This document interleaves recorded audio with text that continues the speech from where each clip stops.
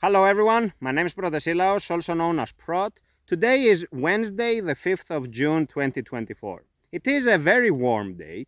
I think the peak temperature today in the mountains of Cyprus will be 35 degrees Celsius, which is unusual for this time of the year, but which is the norm once we are in the summer months, roughly from the end of June to the end of September.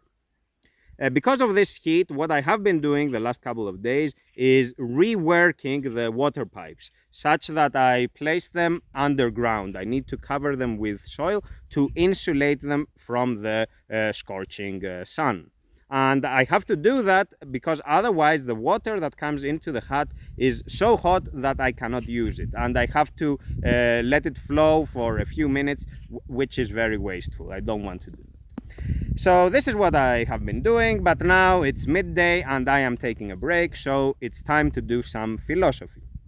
What I have here with me is the Analects of Confucius. This is a book that a friend of mine from China gifted me, and I am thankful for that. What I will be doing is reading a few passages, a few sayings of Confucius from this book, and then commenting on them, trying to relate them to my experiences or to current affairs and so on. As always, when I am commenting on something, I don't purport to be an expert on the subject matter. Rather, I am providing my opinion and I am drawing from my own experiences and my own views on these and other issues. So let's get into Confucius and we will see. The topic I want to cover here, like the broad theme, just for you to get an idea, the broad theme is about having goals in life, about aims, and that even though there is diversity among us, even though each of us wants to be themselves, wants to express their individuality, there still are things that are common to all of us and for which we can talk about and we can inspire others to target those higher standards. So it doesn't mean that when I advocate for tolerance, when I speak in favor of diversity, that I also mean that we should have no standards and that you should do whatever you want and it doesn't really matter. I don't think that's the case. I don't think that follows. You can have diversity, but you can also have excellence. But excellence which is not homogeneous. We will get into that. So having aims and then living with honor. And we will see what I mean by that. Let's go into Confucius.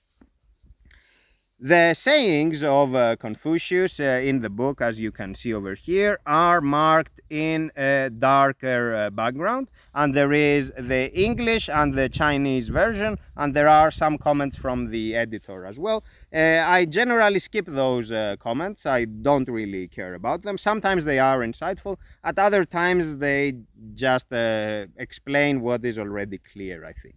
But anyway, let's start with saying number 2.15.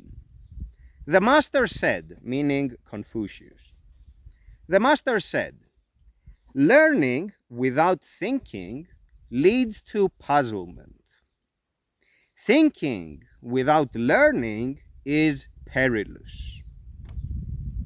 Learning without thinking leads to puzzlement. We can relate to this in our modern life. We can relate to this when we have all these stimuli out there. You browse the internet, you have 100 sources feeding you information, asking for your attention. While you are doing that, your phone is beeping, one notification after another from social media or whatever. The TV may be playing in the background and there is some news that comes up, and now you need to be emotionally disposed towards that news item, usually be indignant about it or feel the need to do something about it or whatever. And we have all these sources, all these stimuli. We are doing all this busy work, but we are not really focusing our attention or something. Like our prevailing environment is one of distraction, is one of superficiality. Of course, I'm not saying that everybody is superficial, but the environment is not helping. So there are a lot of people who are trapped in this cycle of covering a lot of ground in terms of what they are learning, what they are researching, what they are interested in. They are covering a lot of ground, but they don't go in depth. Because the moment they want to go in depth, something else calls for their attention and they cover yet more ground. Of course, covering a lot of ground is not a problem per se, but if you never go in depth, you can never master anything, you can never acquire a profound knowledge and do something with that. Because this is fundamentally the goal. It's not just about learning all sorts of trivia, it is about mastering knowledge in order to do stuff. And this is the point about learning without thinking leads to puzzlement. So, what does that mean? Without thinking, without having a goal in mind. What is your purpose? Why are you learning all this? Why does it matter to you in particular? And the answer will differ from person to person. There is no one size fits all, of course. But every person has to have some kind of reason for learning, for exposing themselves to that information. Otherwise, that becomes a cycle that ultimately is disempowering. It is disempowering because it requires a lot of your attention, but it doesn't give you anything in return. It doesn't give you something tangible in return. And so I think that it is better to restrain ourselves. It is better if we can say, no, I don't need to know about this. I don't need to know about that. And I am speaking from experience myself. I used to be distracted a lot when I was younger. Distracted not in the sense of playing games or wasting my time in that regard. Wasting my time in quotes, because I don't think that playing games is necessarily wasting your time. But I mean in the sense of not doing something that doesn't teach you anything. So I would be reading about some stuff that is not of interest to me. I wouldn't be able to do something with that.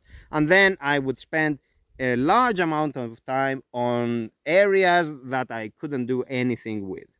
And eventually I learned to do things with restraint. I learned to literally shut down those sources and to not follow information that is not of interest to me.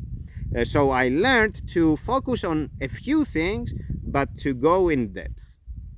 And concretely, to give you some examples, recently I had this issue where I needed to buy a new keyboard because I have this keyboard-induced injury in my hand, in my wrist and the forearm. I talked about it in a recent video. And then I had to do a lot of research into keyboards. And I did that research in earnest to understand ergonomics, to understand all the mechanics of a mechanical keyboard. But before that, I was resisting the urge to look into keyboards because I didn't have a need for that. Of course, I am also involved in technical milieu. I am writing code. I am working with Emacs and that sort of thing. So I had a lot of people in the past telling me about mechanical keyboards and that sort of thing. But I knew that if I were to go down that rabbit hole at that moment in the past, I wouldn't be gaining anything out of it, and I wouldn't be able to act on that because those keyboards tend to be expensive. Whereas now, when the need arises and I have a concrete goal in mind, I say, okay, let's do research, let's go in depth, let's understand things. The same for what I am doing now around the hat. Before building the hat, I didn't really need to study everything that goes into building a hat or into doing, water pipes or into doing all the works that I am doing around here. So I didn't have to do it. And if I were to read and study all that, that would require a lot of attention that wouldn't be actionable in the past. That it became actionable now is not something I could have known back then. So I don't want to be hoarding information, not to be hoarding knowledge in the hope that in the future it might be useful. I want to be learning stuff that is readily applicable, that is immediately actionable, that is useful. And this even includes philosophy, because philosophy may not be practical knowledge, but it helps you think about things, it frames your thinking. So even when we are thinking philosophically, which might not seem practical, we are still framing all our decision making processes. So that is practical by extension. So let's continue here. And thinking without learning is perilous. Now, this is more interesting, I think, and this has to do with topics that I have also discussed related to overthinking. And I think a modern expression of that, of course, it's not a modern phenomenon. None of the phenomena we experience are truly modern. There is always something there, a kernel there that is specific to human nature, and probably this phenomenon would have been made manifest in earlier eras. But there is this modern phenomenon that we see, which is productivity related procrastination, where the person will do a lot of research or the appearance of a lot of research on productivity tools. Which app is the best app to make me the most productive? Which methodology should I be using? Should it be the getting things done? Should it be a variation of that? Should it be something else? If yes, what is that?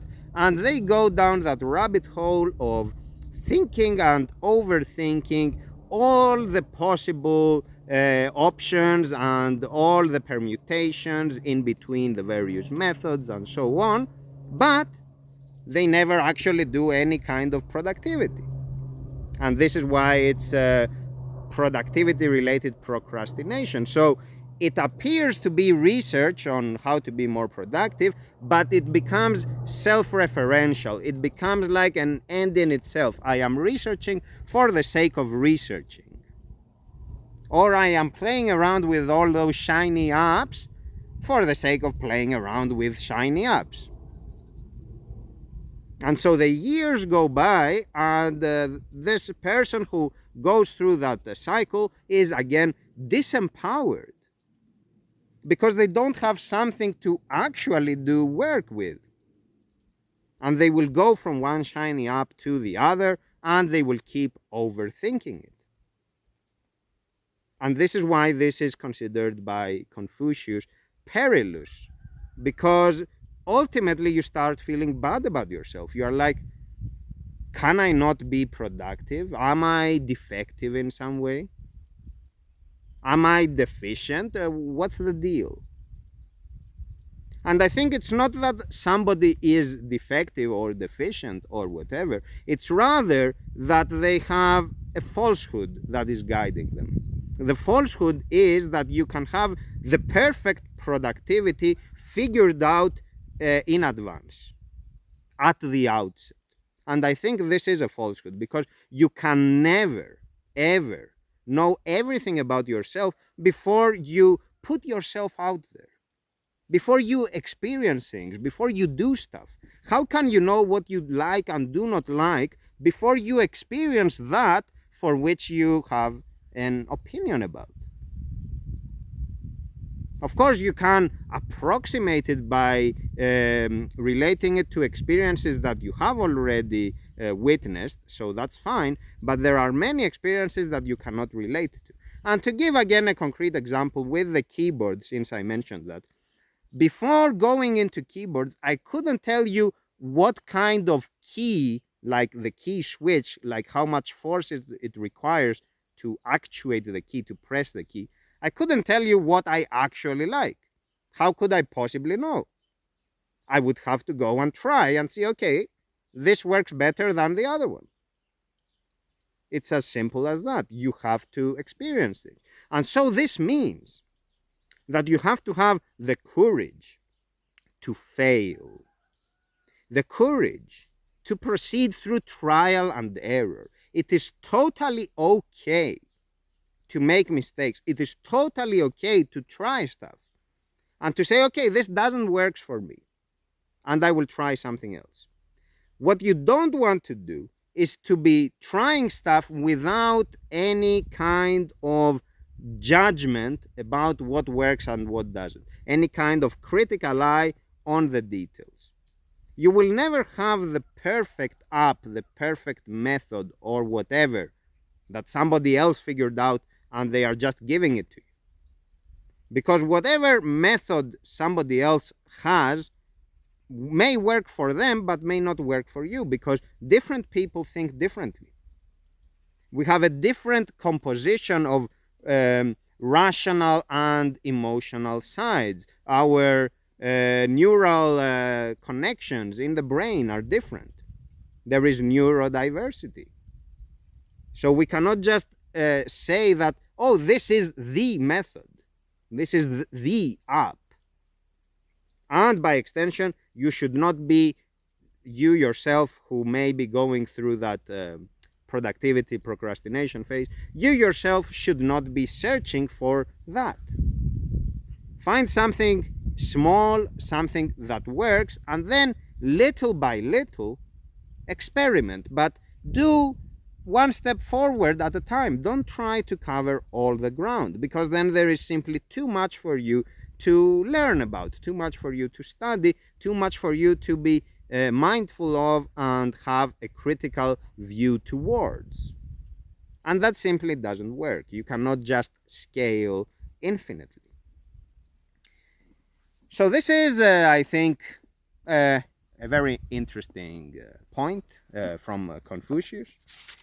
Let's now go to another one that I have in this same chapter, which is 222. The previous one, I think, relates to this one, but we will see how it relates to this one. So 222. The master said, I don't think it is all right for a man to go without credibility. How can a large carriage or a small one be made to go without the crossbar? And this is what Confucius said. And so Confucius here talks about credibility. So talks about how do you conduct yourself? What is your modus operandi? How do you do stuff? And by extension, how do people around you perceive of you? And this, I think, connects to the previous point, where it is about, okay, when you do things, do you carry them out to completion? Completion not in the sense of perfection, but in the sense of, do you set a goal and meet that goal?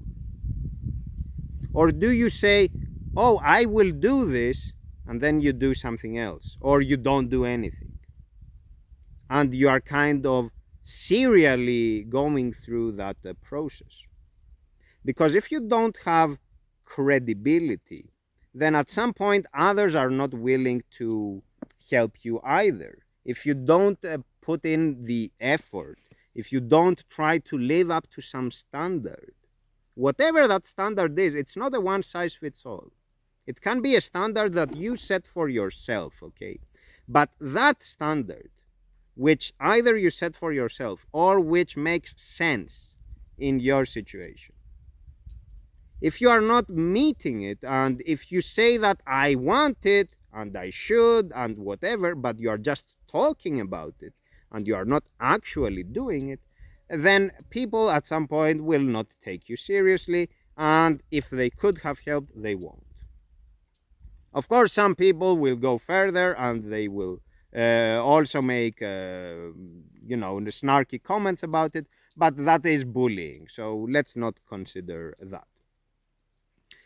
Credibility, I think, is very important also when it comes to moral standards, also when it comes to your quality as a person. So, not in relation to thinking, learning, overthinking, not in relation to that, but also in relation to how you are as a person in society.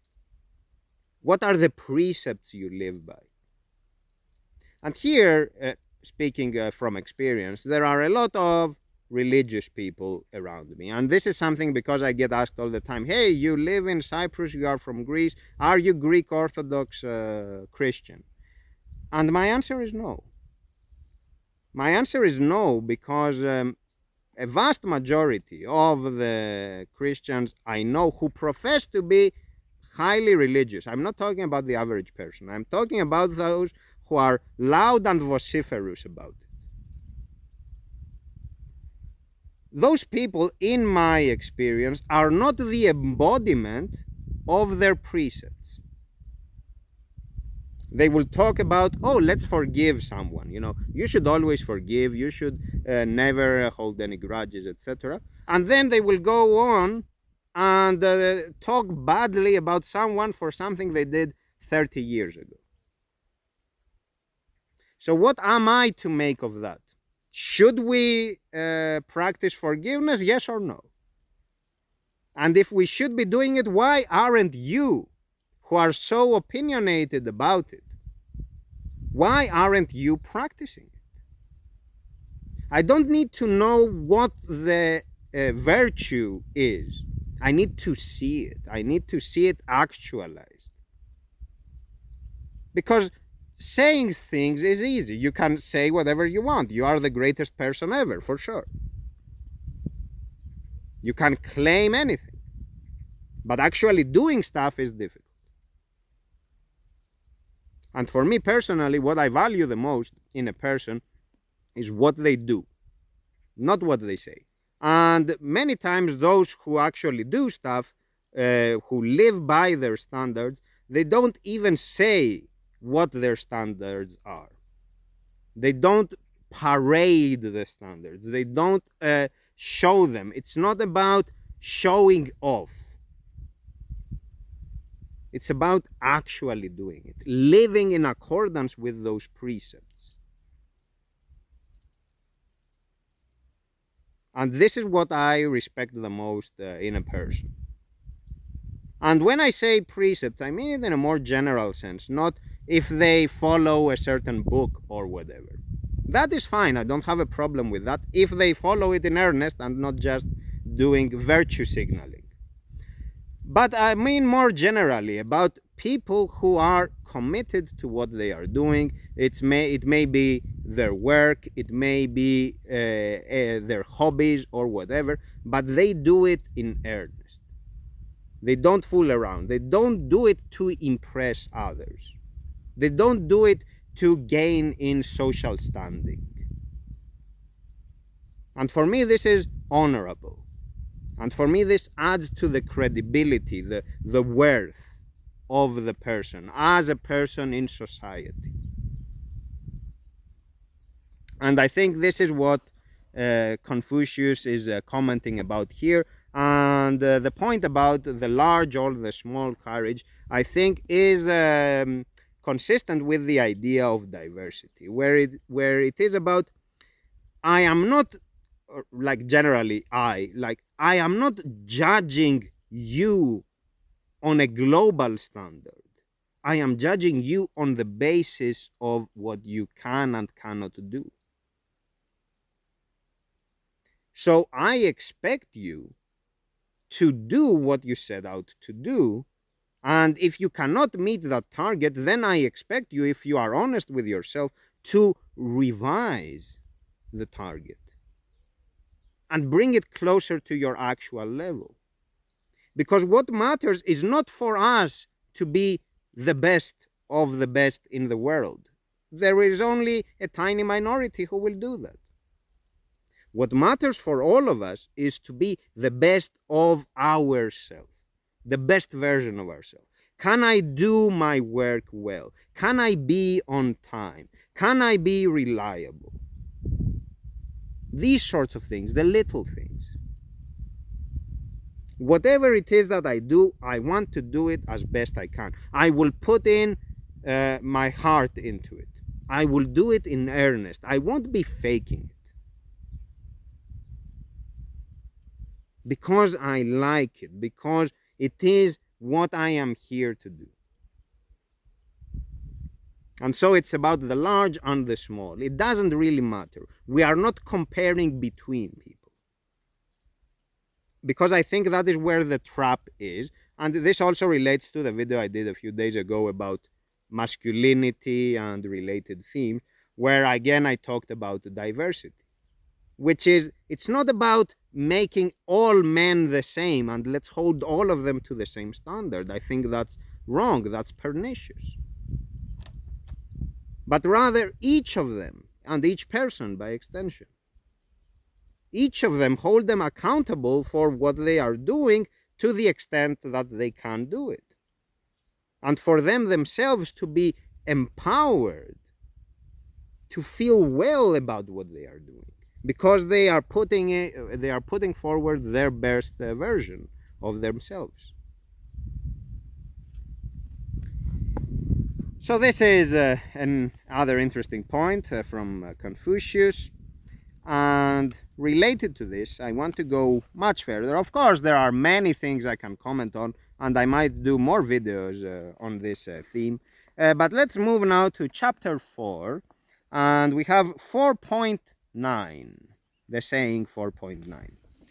The master said, "It is not worthwhile to talk about the truth with scholars who feel it is a shame to live off of bad clothes or bad food while pursuing the truth." The scholars. Confucius, just to comment a bit on that. Confucius, what is Confucius? We could say that Confucius is an ancient Chinese philosopher. But I think philosopher is not sufficient. I think Confucius is more than that. Confucius is a sage. He is not just a philosopher.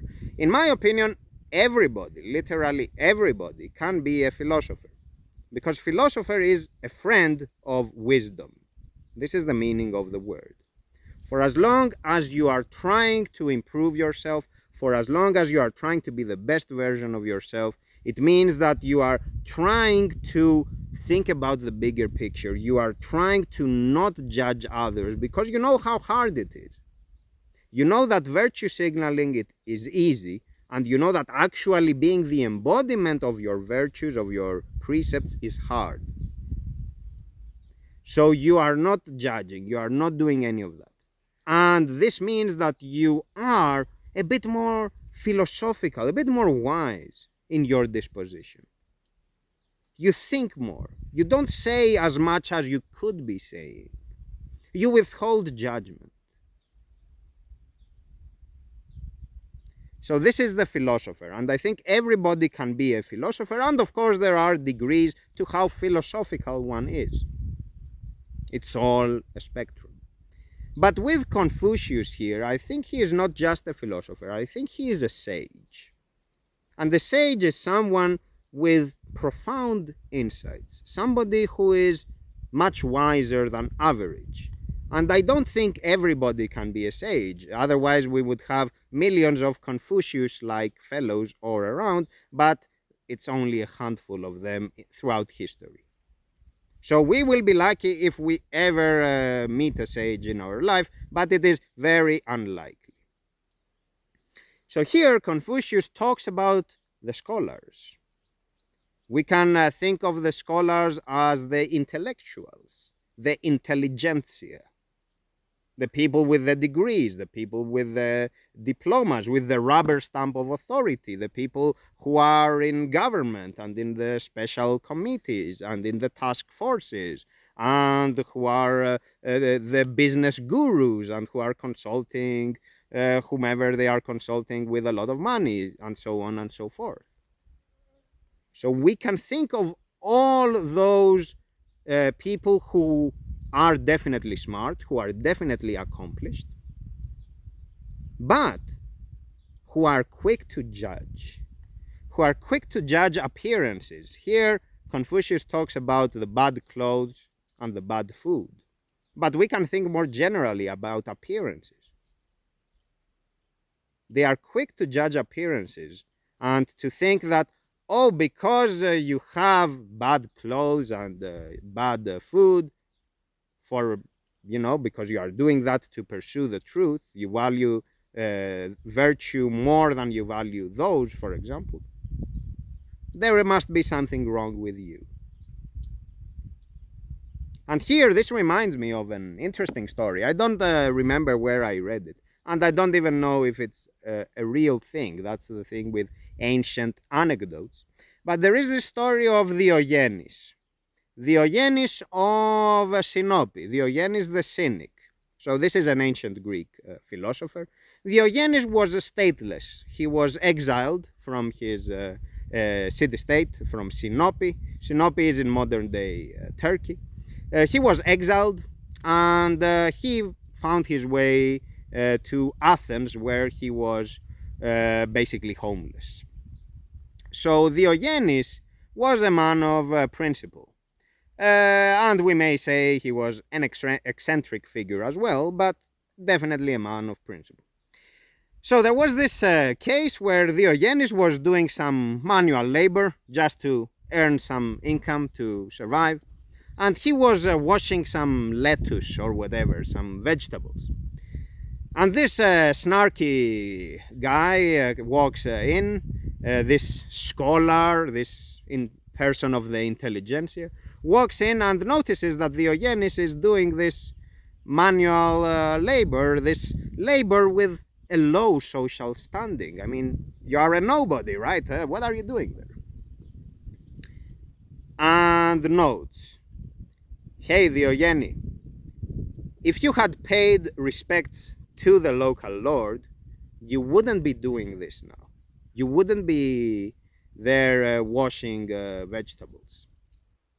And Diogenes replied, if you had not, Diogenes replied, let me say this again. And Diogenes replied, if you were here washing vegetables, you wouldn't have to pay respects to that lord. So what Diogenes was trying to say is that you are assuming that what I am doing here is bad and what you are doing is good. You are quick to judge appearances. You see me wearing these tattered clothes and doing this modest kind of work, and you think that I am worthless as a person. And by extension, you think of yourself as somebody special because you happen to be around the Lord, because you are in that court over there. But are you really?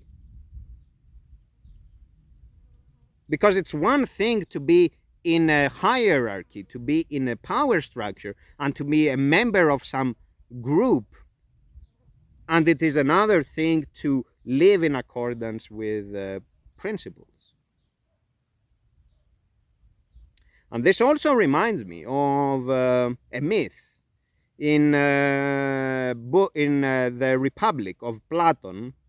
I think it's in Book 2 of the Republic, which is the myth of the ring of Gyges. In English, they pronounce it Gyges or something like that, but please don't do that.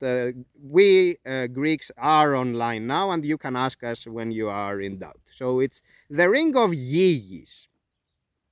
And this is a magical ring. And what this magical ring can do is it can make its bearer invisible. So the idea is, what they are discussing in Book 2 of the Republic, is they are talking about the nature of legality, the nature of why do we do things? Do we do them because we genuinely have like a moral side to us, or do we do them because we are afraid that we will be punished? We are afraid that there may be repercussions. And one side of the argument is that we follow morality and laws simply because we fear that we will be punished. In the absence of punishment, we will do whatever. All hell is set loose. And the other side of the argument is that no, the principled person will do the right thing no matter what. And this is related to the ring of Yi. So if a vicious person wears the ring of Yi, then this person can commit any crime and there will be no punishment whatsoever because there are no witnesses. Nobody has seen this person actually commit the crime. Whereas if you are acting out of principle, wearing the ring or not is irrelevant to how you behave. Because you are not behaving to show that you are principled. Again, back to the point of virtue signaling. You are not doing it so that others can congratulate you and say, oh, how principled you are. No. You do it because you genuinely believe that this is the right thing to do. And so having some magic ring that will conceal you from the public eye doesn't matter. And maybe I can comment more on the ring of Yi in some other video. It doesn't really matter. But here I want us to focus on this, which is don't judge. Don't judge somebody just on the basis of their appearance, the basis of their social status. Try to understand the person for what they are actually doing. And if you are not willing to do that, simply say, okay, I withhold the judgment, and yeah, my time is limited, and I move on. Just like that. But what Confucius is saying here, and I will read it once again, it is not worthwhile to talk about the truth with scholars who feel it a shame to live off of bad clothes or bad food while pursuing the truth. So if the scholars, if those people of the high social standing with the degrees and the rubber stamps of authority and the places of power and all that, you don't want to talk with them about principles because they don't care about principles. If they are judging others by their appearance. Of course, if they are more considerate and if they are not quick to judge somebody, then yes, of course, you can talk with them about the truth. But their status, qua status, as scholars or intelligentsia or whatever, that in itself does not mean anything. So if you meet the Oyenis, the modern day equivalent of that, you will find a principled person. Even if this person is doing a modest job, even if they are not making a fortune, and even if their clothes are not impressive and their appearance is not great. It doesn't matter. This is a principled person, a person that goes about with credibility, a person that lives with honor. And this leads me to the next one, and I want to see if I can find it. 1 second, folks. Let's see. 4:23. The master said, "He who exercises self-restraint seldom errs." He who exercises self-restraint seldom errs. We exercise self-restraint. We learn to exercise self-restraint when we actually do what we purport to value. Because when you practice the deeds, when you have the deeds and not just the empty words, you know how difficult it is. You know that it is hard. Like I mentioned forgiveness earlier. You know that it is very hard to forgive. And so you don't go around idly talking about forgiveness. Oh, how great forgiveness is. You do it, and then you may tell others about it. And you will tell them, hey, this is something that you can do. This is something that will help you. Forget about the other person that you are forgiving. It is helping you. It is helping you not carry that burden. It is helping you let go. Try to do it. But know that it is difficult. Know that it is very hard. So I think the person who practices restraint fundamentally is a person who practices, is a person who is in the mode of acting, of carrying out that which they believe in. It is a person of action who lives in accordance with their precepts.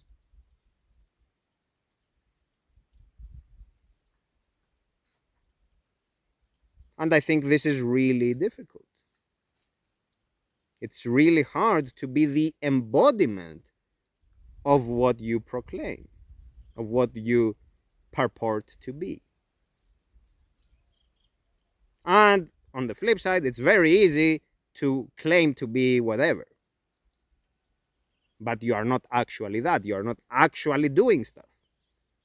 And this also connects to the other point about productivity, what I mentioned earlier. It's easy to say that now I have this new app and this is making me productive. But to actually be productive is hard. It's all the same idea, but with different applications. It applies to different things. Furthermore, I think what is not mentioned here, but which is relevant, is the concept of not judging. The person who is doing stuff, whatever that is, knows that it is difficult and knows not to judge others. Because the fact that they can do something hard, does not mean that everybody can do it. Or at least do it to the same extent.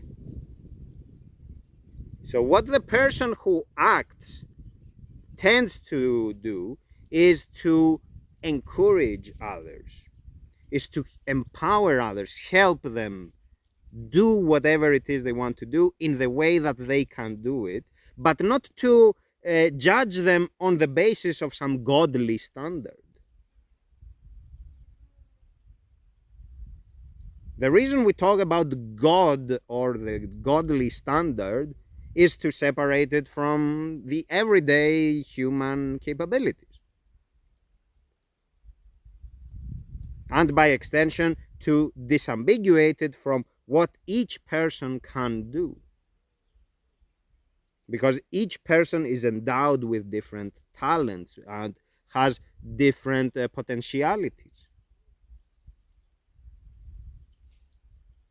I want to close on this with a Greek word which we know a lot, we talk about a lot in Greece, and this word is philotimo. Maybe if you have ever been around Greeks, you have heard this word, philotimo, and you may notice how it sounds similar to the word for philosophy.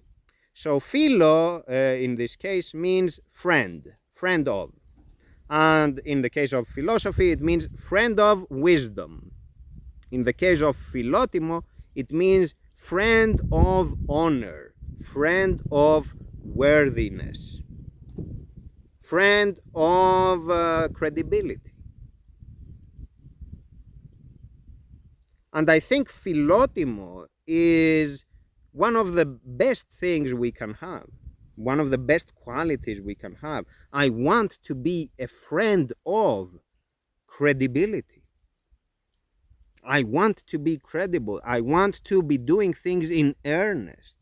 I want to be trying my best, not being the best.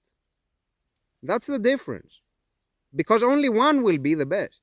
But all of us can try. I want to be the best version of myself. I want to be helpful to others. I don't want to be a bully towards others. I don't want to be a prick and to say, hey, because I did this, I am better than you. Ha ha ha. No. I did this and I know how hard it is. And I can help you try.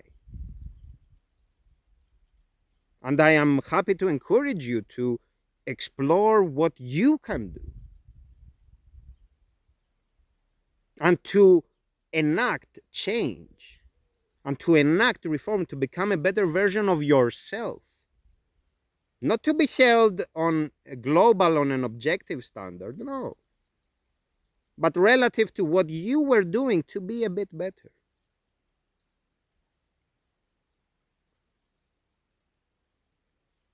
And philotimo, again, is hard. It is very hard. So we don't want to be pontificating about philotimo. We want to be doing it. We want to be friends of honor, friends of credibility. And we want to be doing everything like that, wholeheartedly, not faking it. If it's something that you are faking, unless it's something that you are forced to do from, I don't know, through sheer compulsion or because of the prevailing conditions, if it's something that you are doing, which you are doing by choice, then you have to put your heart into it. Otherwise, why are you doing it? Who are you trying to fool? If it's something that you are doing by choice and you are trying to cheat, you are only fooling yourself. You are making a fool out of yourself. When it is something that we choose, when it is something that we commit to, we want to do it in earnest. We want it to be the best it can be. And this is what philotimo is about. That's all for today, folks. This is a big book. There are lots of things here to consider. So I might do another video, but we will see. We will see. Lots of topics to discuss. But I will have to go back to work soon. I have a lot of things to do around the hut. And then I need to do some work on the computer as well. So yeah, that's all for today. Thank you very much for your attention, folks. Take care and goodbye for now.